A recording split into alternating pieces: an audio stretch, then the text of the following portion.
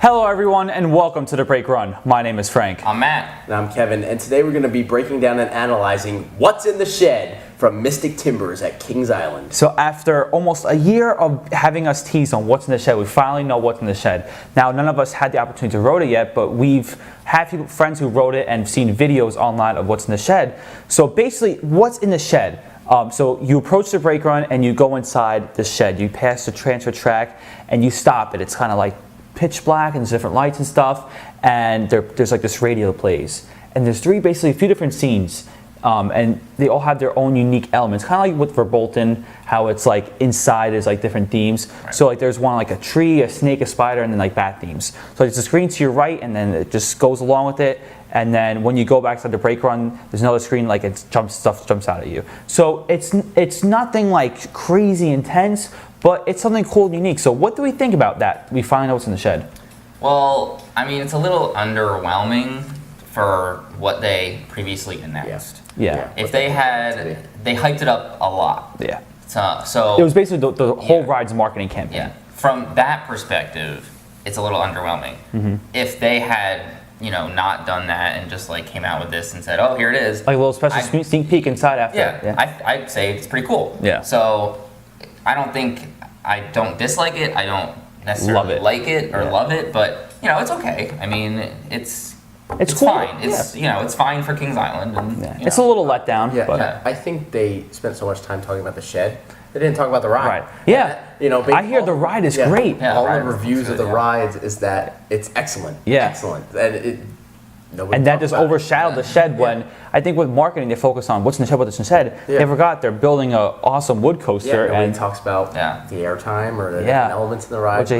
So that's kind of cool. So actually, I like it. I mean, I knew we were going to expect something crazy because I know people are like, maybe it'll be a drop track, maybe it's going to have a launch or something like it. It's like, I knew it was going to be anything crazy like that. But I think like the concept is really cool that they like, think about it, this is a wood coaster. We haven't seen anything like this on a wood coaster before ever. It's like probably the most interactive wood coaster. And it's cool because I know one of the big trends in the industry is theming. Especially a lot of parks in Orlando like Universal, Disney and stuff, they're focusing on immersing guests. When parks like regional park, like Six Flags and Cedar Fair, they don't have the luxury of doing that, but they can. Like Mystic Timbers has like a forest and like more like a spooky theme, and it fits it. It gives it more of a storyline and it's really cool. It gives that re-rideability factor. And like, I just like it. Yeah, it's cool. I mean, the coaster looks awesome. Yeah. So from that perspective, like still want to ride it. Yeah. But the shed's not the thing that's drawing me in. It's the coaster that's drawing me in. Yeah. I think the fact that you end the ride and how many times have you ridden a roller coaster now? You're sitting on a brake run stacked as a train for 2 minutes, waiting for the next train to dispatch. I think that element, it's great because now I have something to look at. Yeah. What's going on? And I think like how long you're in there depends on how long like the next train dispatch. So if it's a 2 minute, you'll be in there a little longer. So I think that, from what I've heard, so I think that's kind of cool. Yeah, it gives somebody a look at it. You're not sitting like, oh my God, seriously, can we go? Hot. Yeah. The sun is beating down. So I'm sure it's nice and AC in there. So Well, I don't know about AC, but I think like that, like you said, regional parks. We don't see regional parks doing this, and it definitely opens up the door. Like if Kings Island can do it, there's no reason why nobody else can. Yeah. This brings theming into the regional market, and that's exactly what this industry And needs. I just think it's also cool that like I know like some people who are like used to like all the cool technology from like Disney Universal parks, they're like, it's just 2 screens you just plopped in and that's it.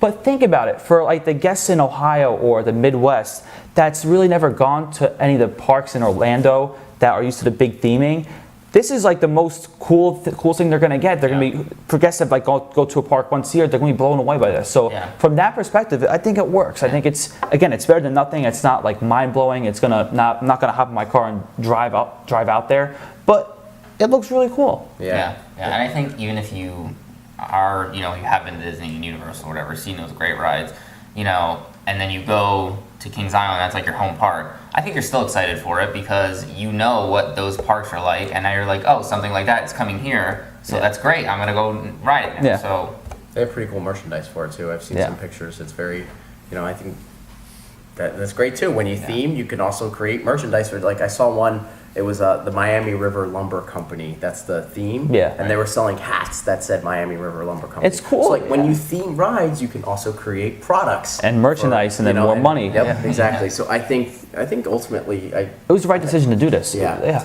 And I think while we all agreed that it was kind of a little overhyped in the marketing, we were still talking about it for months and months and months. Yeah, exactly. That's what I'm going for. And I think So- this is I think we're gonna see eventually more of this.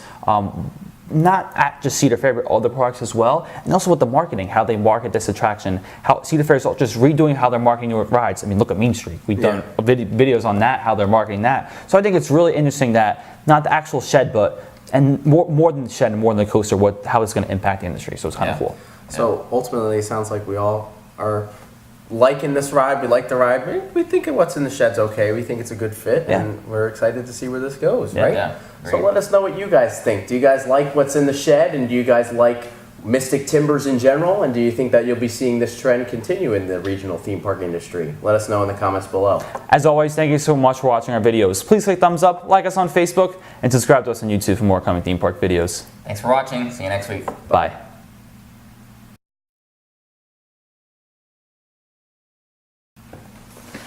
Done.